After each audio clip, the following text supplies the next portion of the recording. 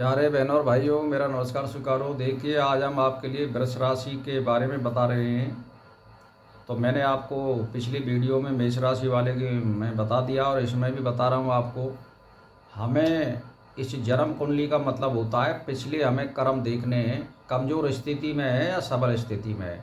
यदि हमारे ग्रह नीच के हैं या कोई केंद्र त्रिकोण योग नहीं बन पा रहा है या ऐश्वर्य त्रिकोण योग नहीं बन पा रहा है, धर्म त्रिकोण योग नहीं बन पा रहा है, प्रकृति त्रिकोण योग नहीं बन पा रहा है या संन्यास धर्म त्रिकोण योग नहीं बन पा रहा, तो इसका मतलब हमारे पिछले जन्म कमज़ोर हैं।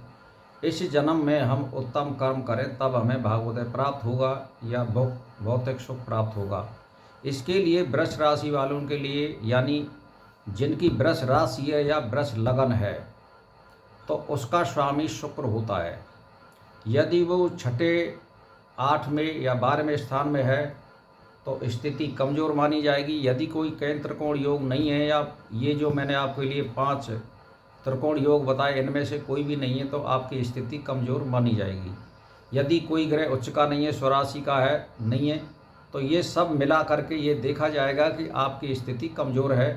यदि वृष राशि वाले के लिए या वृष लगन वाले के लिए जो भाग्येश होता है वो शनि होता है।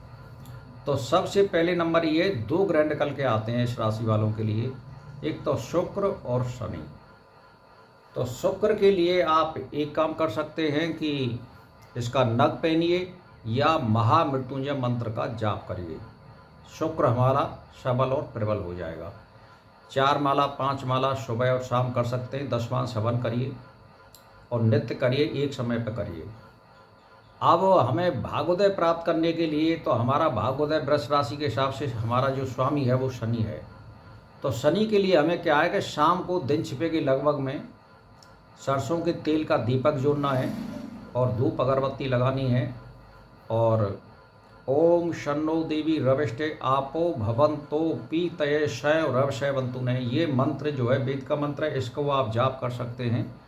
कम से कम 1 माला करिए, नहीं है तो ओम शनि चराय नमः, ओम शनि चराय नमः, इस मंत्र का भी आप श्रावण मंत्र का जाप कर सकते हैं। तो ज़्यादा से ज़्यादा 1 माला करिए आप नित्य प्रति, और उसके बाद में फिर अपने इष्ट का, यानी जैसे महामृत्युंजय का जाप कर रहे हैं तो फिर आप उसको कर सकते हैं। लेकिन शनि के मंत्र का जाप सुबह नहीं होता है, केवल शाम को होता है। सबसे पहले शनि का नाम लिया जाएगा, उसके बाद फिर अपने इष्ट का या हम जो मंत्र जाप कर रहे हैं वो होता है, और सरसों के तेल का आप शाम को दीपक जोड़िए। तो फिर इस तरह से आप नित्य प्रति करोगे और अपने व्यवहार में सुधार करिए, वातावरण में सुधार करिए, और कटु वचन किसी से मत बोलिए, मधुर वाणी बोलिए। और यदि कोई परमार्थ आप पे हो जाता हो, चिड़ियान के लिए चोगा घेरिए या चैटिन के लिए आप चोगा घेरिए, कुत्ता बिल्लिन के लिए रोटी घेरिए। तो इस तरह से आप लगातार, और परमात्मा का ध्यान चिंतन मैंने मंत्र के द्वारा बता दिया, इसको यदि करते रहेंगे तो आपका भाग्योदय अवश्य होगा। वृष राशि वाले और वृष लगन वाले के लिए ये मैं फलादेश बता रहा हूँ, और ये हर साल के लिए है, स्थायी है, इसमें कोई परिवर्तन नहीं होगा आपका।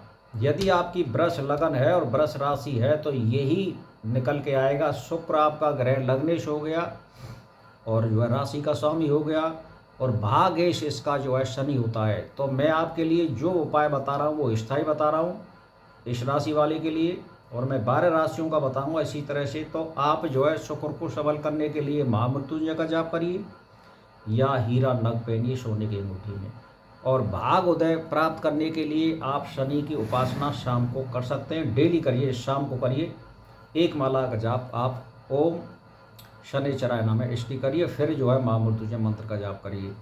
और यदि आप पे बन जाए तो 10 मास हवन करिए, तो अवश्य होगा भाग्योदय।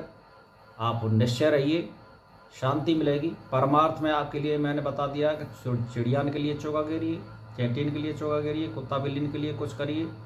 नहीं है तो आप कोई गाय सेवा बन जाती है तो उसकी भी सेवा कर सकते हैं। आप आजों की सेवा करिए, किसी से कटु वचन मत बोलिए, तो भाग्योदय अवश्य होगा। नित्य और निरंतर करिए, विश्वास रखिए। क्यों, पिछले जन्म के जब कर्म कमज़ोर होते हैं तो इस जन्म में हमें मेहनत ज़्यादा करनी पड़ती है, तब भी फल कम मिलता है। तो इसीलिए हमें प्रबल शुभ कर्म करने पड़ेंगे, तब हमें कुछ भाग उदय प्राप्त होगा।